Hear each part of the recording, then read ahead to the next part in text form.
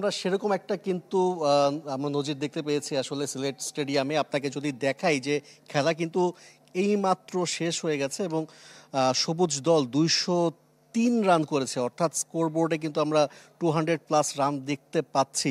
যেটা আপনি আসলে জানাচ্ছিলেন যে পারভেজ ইমনের ইনজুরির কথা আমরা দেখতে পেয়েছি, যে ফিল্ডিং করতে গিয়ে তিনি আঘাত পেয়েছেন এবং পরবর্তীতে কিন্তু ব্যান্ডেজ করে তিনি মাঠ ছেড়েছেন। এবং আমরা দেখেছি যে স্ট্যান্ড বাই তালিকায় যে সৌম্য সরকার আছেন তিনি কিন্তু রান পেয়েছেন।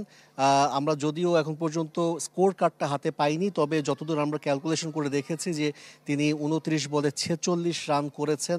এছাড়া মাহফিজুল ইসলাম রবিন তিনিও 40+ রান করেছেন। জাকের আলী অনিককে দেখেছি বেশ বড় শট খেলতে এবং তিনিও কিন্তু অপরাজিত থেকে তিনি মাঠ ছেড়েছেন এবং তিনিও কিন্তু ভালো রান করেছেন। আর বোলিংয়ের যদি কথা বলি তাহলে অবশ্যই বলতে হয় যে রিশাদ হোসেনের কথা।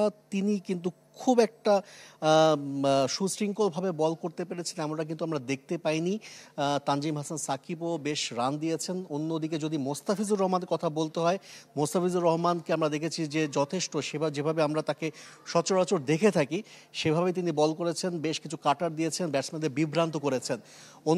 অন্যদিক দিয়ে বলা যায় যে ব্যাটসম্যানদের কথা যদি বলতে হয় তাহলে অবশ্যই জাকির আলী, সৌম্য সরকার এরা কিন্তু ভালো রান পেয়েছে। এই কারণে স্কোরবোর্ডে কিন্তু একটা বড় স্কোর করতে পেরেছে সবুজ দল। সেটা কিভাবে আসলে চেস করতে পারে লাল দল, লিটন দাসের লাল দল, সেটা এখন আমরা দেখার অপেক্ষায় আছি। ধন্যবাদ আপনাকে রুদ্র, আমাদের সঙ্গে যোগ দেওয়ার জন্য। লাল দল কেমন করে আমরা সেটা দেখার অপেক্ষা রয়েছে এবং পরবর্তীতে নিশ্চয়ই আপনাদেরকে জানাবো।